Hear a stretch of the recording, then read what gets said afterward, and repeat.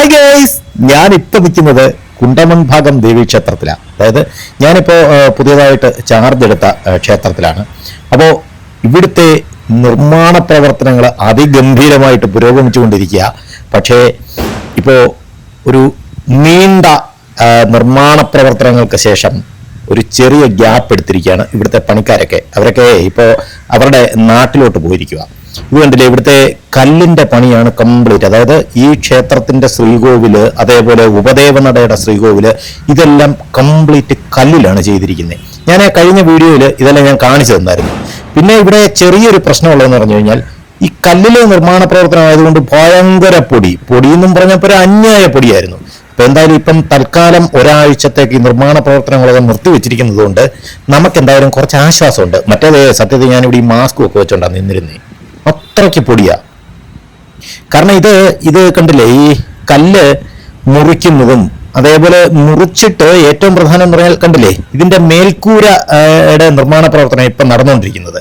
നേരത്തെ ആണെങ്കിൽ ഇത് വലിയൊരു ഷീറ്റൊക്കെ വെച്ച് അതിന്റെ മുകൾ ഭാഗം മൂടിയിരിക്കുകയായിരുന്നു. അതിന്റെ കാരണം എന്ന് വെച്ച് കഴിഞ്ഞാൽ, അതായത് ഈ ശ്രീകോവിലിന്റെ മുകൾ ഭാഗത്ത് വലിയ ഷീറ്റ് ഇട്ട് മൂടിയിരിക്കുക. അതിന്റെ കാരണം എന്തെന്ന് വെച്ച് കഴിഞ്ഞാൽ, ശരിക്കും ഇതിന്റെ മുകൾ ഭാഗത്ത് ഈ ശ്രീകോവിലിന് ചുറ്റിനും ഇത് ഗ്രൈൻഡ് ചെയ്യുന്ന ഒരു പരിപാടിയാണ് നടന്നുകൊണ്ടിരുന്നത്. ഗ്രൈൻഡ് ചെയ്യുക എന്ന് പറഞ്ഞാൽ ഈ ഒരു മിഷൻ വെച്ചിട്ട് അത് പോളിഷ് ചെയ്യുന്ന പരിപാടിയാണ് നടന്നുകൊണ്ടിരുന്നത്. ഇത് കണ്ടില്ലേ, എന്ത് ഭംഗിയാണെന്നറിയാം ഇതിൻ്റെ നിർമ്മാണ പ്രവർത്തനങ്ങൾ. പക്ഷെ ഇതൊന്നും പറയാനല്ല ഞാൻ ഇന്നത്തെ വീഡിയോ ചെയ്യുന്നത്. ഇത് ക്ഷേത്രം കഴിഞ്ഞ് ഞാൻ നേരെ ഇവിടെ കണ്ടില്ലേ, നമ്മുടെ സ്റ്റുഡിയോ റോഡിലെ റെയിൽവേ പാലത്തിൻ്റെ അവിടെ ഞാൻ നിൽക്കുന്നത്. ഇതുകൊണ്ട് കണ്ടില്ലേ, ഒരു വണ്ടിയിൽ പശുവിനെ കൊണ്ടുപോകുന്ന സീനാണ് നമ്മളിപ്പോൾ കാണുന്നത് കേട്ടോ. അയ്യോ, ഒരു കടുത്ത അനീതി അല്ലെങ്കിൽ കടുത്ത ഒരു അതൃപ്തി ജനങ്ങളുടേത് ഇപ്പോൾ പുഴഞ്ഞു വന്നുകൊണ്ടിരിക്കുന്ന ഒരു സമയമാണ്. അപ്പൊ അതുകൊണ്ട് എന്താണ് ആ അനീതി എന്ന് ഞാൻ കാണിച്ചു തരാം. കണ്ടില്ലേ, അറിയിപ്പ്: റെയിൽവേ കോമ്പൗണ്ടിൽ അന്യവാഹനങ്ങൾ പ്രവേശിക്കുന്നത് ശിക്ഷാർഹമാണ്. അതായത് ഇതുവഴിയായിരുന്നു സത്യം പറഞ്ഞാൽ നമ്മുടെ വീട്ടിലോട്ടും അല്ലെങ്കിൽ അപ്പുറത്തെ പാലം, സ്റ്റുഡിയോ റൂമിന്റെ നേരെ ഓപ്പോസിറ്റിലുള്ള നമ്മുടെ വീട്ടിലോട്ടൊക്കെ പോകുന്ന ആ പാലത്തിന്റെ ശരിക്കും പറഞ്ഞാൽ പിന്നെ ആ പാലത്തിലോട്ട് കയറാനുള്ള വഴി റെയിൽവേ തന്നിരുന്നത്. ഇവിടെ എന്തായാലും തന്നെ കണ്ടില്ലേ, ഓൾറെഡി ഒരു പാലമുണ്ട്. ഇനി ഞാൻ നമ്മുടെ ആ ഒരു ഭാഗത്തോട്ട്, ആ ഒരു പ്രദേശത്തോട്ട് പോകുന്ന ഏക വഴി കാണിച്ചു തരാം. ഏക വഴി എന്നല്ല, ഇതേ ഉള്ളൂ കാറ് പോകുന്ന വഴി, അല്ലെങ്കിൽ വലിയ വാഹനം പോകുന്നത്. മറ്റേത് കുറച്ച് ഡേഞ്ചറസ് ആണ്. എന്ന് പറഞ്ഞാൽ ടൂ വീലറൊക്കെ പോകുന്നത് വളരെ ഡേഞ്ചറസ് ആയിട്ടേ പോകാൻ പറ്റുള്ളൂ. അതുവഴി ടൂ വീലറിനെ പോകാൻ പറ്റുള്ളൂ, കാറിനൊന്നും പോകാൻ പറ്റത്തില്ല, ഓട്ടോയ്ക്കും പോകാൻ പറ്റത്തില്ല, ടൂ വീലറിന് മാത്രമേ പറ്റുള്ളൂ. കണ്ടില്ല, അയ്യോ. എന്തായാലും ഭാഗ്യത്തിന് നമ്മുടെ ഫ്രണ്ടില് ഒരു കാറ് പോകുന്നുണ്ട്. ഒരു വണ്ടി അങ്ങോട്ട് പോയി കഴിഞ്ഞാൽ ഇങ്ങോട്ട് വേറൊരു വാഹനത്തിനും വരാൻ പറ്റാത്ത ഒരവസ്ഥയാണ്.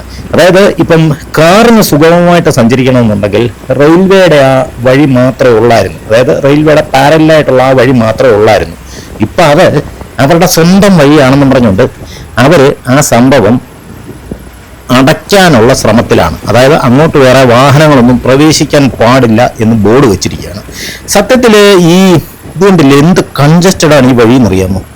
ഇവിടെ സത്യം പറഞ്ഞാൽ പിന്നെ സ്കൂൾ ബസ്സുകളും ഒക്കെ ധാരാളം വരുന്ന ഒരു വഴിയായതേ. ഇവിടെ ജസ്റ്റ് ഒരു വഴി കണ്ടോ ഇടത്തോട്ട് കിടക്കുന്നേ, ആ വഴിയേ ഉള്ളൂ. നമുക്ക് ഇതിനകത്ത് കയറി കഴിഞ്ഞാൽ വേറെ വണ്ടി ഇങ്ങോട്ട് വന്ന് നമുക്ക് മാറ്റിയിടാനായിട്ട് ആ ഒരു വഴി മാത്രമേ ഉള്ളൂ. ഇത് ശരിക്കും പറഞ്ഞാൽ സ്കൂൾ ടൈമിലും ഒക്കെ ഉണ്ടല്ലോ, നമ്മൾ ശരിക്കും കിടന്ന് കഷ്ടപ്പെട്ടു പോകും. അയ്യോ, ഹേമ്പക്കം വരുന്നു. സ്കൂൾ ടൈമിലും ഒക്കെ അയ്യോ, ഇത് നല്ലൊരു കുത്തിറക്കമാണ്.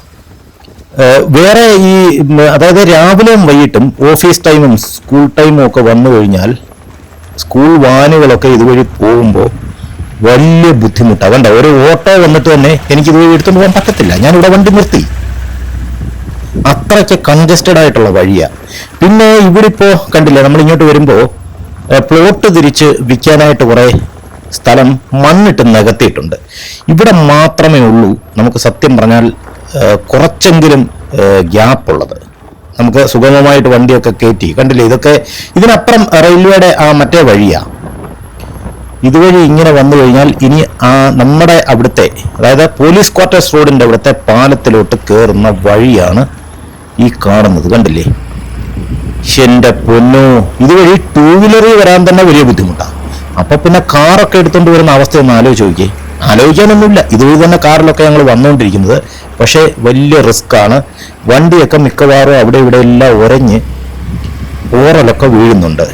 എന്ന് പറഞ്ഞാൽ സത്യത്തിൽ നമ്മൾ ഈ പോലീസ് ക്വാർട്ടേഴ്സ് റോഡിന്റെ ഇപ്പുറത്തുള്ളവർ ശരിക്കും ഒരു തുരുത്തിൽ അകപ്പെട്ട അവസ്ഥയാണ്. കാരണം എങ്ങോട്ടും പോകാൻ വഴിയില്ലാതെ കഷ്ടപ്പെടുന്ന ഒരവസ്ഥയാണ്. ഇത് ശരിക്കും പറഞ്ഞാൽ അധികാരികളെ എത്രയും പെട്ടെന്ന് അറിയിക്കേണ്ട ഒരു വിഷയമാണ്.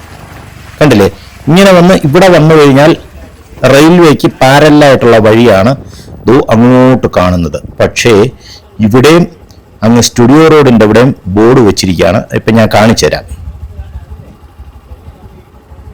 കണ്ടില്ലേ, ഇവിടെ എന്ന് പറഞ്ഞാൽ ഏറ്റവും വലിയൊരു വിഷയം എന്ന് പറഞ്ഞാൽ മണ്ണെടുത്തെടുത്ത് ഇവിടെ നിന്ന് കെട്ടുമൊന്നും ആയിട്ടില്ല. മഴയൊക്കെ പെയ്യുമ്പോൾ സത്യം പറഞ്ഞാൽ നമ്മൾ ശരിക്കും ഭയന്നാണ് ഇതുവഴി വരുന്നത്. വണ്ടി എങ്ങാനും മണ്ണ് ഇരുത്തിപ്പോയി കഴിഞ്ഞാലേ വണ്ടിയും നമ്മളും എല്ലാം കൂടെ അതിനകത്ത് പോയത് തന്നെ. ഇവര് വേറെ പ്രത്യേകിച്ച് ഒന്നും ചെയ്തിട്ടുണ്ട്. കണ്ടില്ലേ, അന്യവാഹനങ്ങൾ റെയിൽവേ കോമ്പൗണ്ടിൽ അന്യവാഹനങ്ങൾ പ്രവേശിക്കുന്നത് ശിക്ഷാർഹമാണ്. ഇവിടെ 2 സ്ഥലത്ത് എഴുതി വെച്ചിരിക്കുക. ഇവര് വേറെ പ്രത്യേകിച്ച് ഒന്നും നമുക്ക് ചെയ്തു തരണ്ട. എത്രയും പെട്ടെന്ന് ഈ പാലം പണി ഒന്ന് തീർത്തു തന്നു കഴിഞ്ഞാൽ സത്യം പറഞ്ഞാൽ ഇവിടുത്തെ ഒരു 95% പ്രശ്നവും അതോടുകൂടി സോൾവ് ആകും. പക്ഷേ ഇതിപ്പോ എഴഞ്ഞ് പൊക്കോണ്ടിരിക്കുക. സത്യത്തില് ആ സ്റ്റുഡിയോ റോഡിൽ ഓൾറെഡി ഒരു പാലമുണ്ട്. അത് പൊളിക്കാതെ അതിന് പാരലായിട്ട് തന്നെയാണ് പുതിയ പാലം അവര് പണിഞ്ഞത്.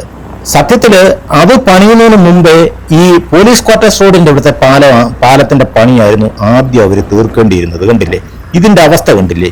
ഇത്രയും കാലമായിട്ടും യാതൊരു പുരോഗതി ഉണ്ടായിട്ടില്ലെന്നുള്ളതാണ്. സത്യത്തില് ഞാൻ അന്ന് ഈ പാലം പണിയൊക്കെ കാണിച്ച സമയത്ത് ഇത് പെട്ടെന്ന് എന്ന് പറഞ്ഞാൽ മാക്സിമം 1 വർഷം, ആ 1 വർഷത്തിനകത്തായിട്ട് ഇതിന്റെ പണി കംപ്ലീറ്റ് തീരുമെന്നൊക്കെയാണ് നമ്മൾ പ്രതീക്ഷിച്ചുകൊണ്ടിരുന്നത്. ഇതുവഴി കണ്ടില്ലേ, അങ്ങ് റെയിൽവേ സ്റ്റേഷനിലോട്ടുള്ള വഴിയൊക്കെ ഉണ്ട്. എന്ത് വൃത്തികേടാണ് ഈ കാണിച്ചിരിക്കുന്നതെന്ന് ആലോചിച്ച് നോക്കിയേ. ഇവിടെ പിന്നെ അങ്ങോട്ട് കയറാനുള്ള വഴിയെങ്കിലും ഉണ്ട് പാലത്തിലോട്ട്. പക്ഷെ അപ്പുറത്തെ സൈഡിലെന്ന് പറഞ്ഞു കഴിഞ്ഞാൽ ഒരു നിവൃത്തിയില്ല. ഇതിനേക്കാൾ ഭയാനകമായ ഒരു കുഴി എടുത്തിട്ടേക്കുക അവിടെ. ഇവിടുത്തെ ഞങ്ങളുടെയൊക്കെ അവസ്ഥ എന്ന് പറഞ്ഞുണ്ടല്ലോ, വളരെ പരിതാപകരമായ ഒരു അവസ്ഥയാണ് സത്യം പറഞ്ഞ. എന്ത് കഷ്ടമാണ് ഇവർ കാണിക്കുന്നതെന്ന് ഒരു പിടുത്തം കിട്ടുന്നില്ല. സർക്കാർ ഏതാണ്ട് ആ സൈക്കിളുകാരൻ ചേട്ടൻ പോകുന്നുണ്ട് കേട്ടോ, അത് കാണിച്ചു തരാം. ഇനി അപ്പുറത്ത് വന്നിട്ട് പുള്ളി ആ സൈക്കിളും പൊക്കിക്കൊണ്ട് വേണം അപ്പുറത്തോട്ട് ഇറക്കാനായിട്ട്. എന്തൊരു കഷ്ടം പിടിച്ച അവസ്ഥയല്ലേ ഇത്. സത്യത്തില് സർക്കാരിന്റെ അനാസ്ഥയാണോ അതോ ഉദ്യോഗസ്ഥരുടെ അനാസ്ഥയാണോ അല്ലെങ്കിൽ ഇത് ഏറ്റെടുത്തിരിക്കുന്ന കോൺട്രാക്ടർമാരുടെ അനാസ്ഥയാണോ ഇതൊന്നും നമുക്കറിഞ്ഞുകൂടാ. പക്ഷെ എന്തായാലും ഞാനുൾപ്പെടെ ഈ പ്രദേശത്ത് താമസിക്കുന്ന സാധാരണക്കാരായ ജനങ്ങൾ ഇപ്പൊ ശരിക്കും പറഞ്ഞാൽ വലിയ ബുദ്ധിമുട്ടിലാണ്, കഷ്ടപ്പാടിലാണ്.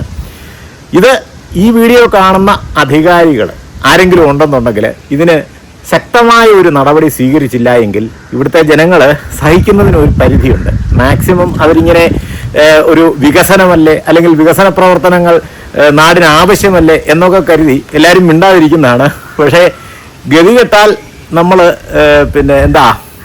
തിരിഞ്ഞു കൊത്തും എന്ന് പറയുന്നത് പോലെ നമുക്ക് തീരെ നിവൃത്തിയില്ലാത്ത അവസ്ഥയാണെങ്കിൽ ഒരു പ്രക്ഷോഭ പരിപാടികളിലോട്ടൊക്കെ കടക്കേണ്ടി വരും. ജനങ്ങൾ എന്തായാലും അതിനെതിരെ പ്രതികരിച്ചു തുടങ്ങും എന്നുള്ളത് ഉറപ്പാണ്. ഇപ്പം തന്നെ ഏകദേശം പലരും ഇതിനെതിരായിട്ട് പ്രതികരിക്കുന്നുണ്ട്. ഇതിനിപ്പോൾ ആകെപ്പാടെയുള്ള ഒരു ഓപ്ഷൻ എന്ന് പറയുന്നത് ഒന്നുകിൽ പാലം പണി എത്രയും പെട്ടെന്ന് തീർക്കുക, ആ പാലം പണി തീരുന്ന സമയം വരെ റെയിൽവേയുടെ ആ വഴി, അതായത് റെയിൽവേക്ക് പാരലായിട്ട് റെയിൽവേയുടേതെന്ന് പറഞ്ഞ് ഇപ്പോൾ ഏറ്റെടുത്തിരിക്കുന്ന ആ സ്ഥലം, ആ പ്രദേശത്തൂടെ വാഹനങ്ങൾ പോകാൻ അനുവദിക്കുക എന്നുള്ളതാണ് ഇപ്പോൾ ചെയ്യേണ്ട ഏറ്റവും വലിയ ഒരു കാര്യം. അതേ ഉള്ളൂ അവിടെ ചെയ്യാനായിട്ട്.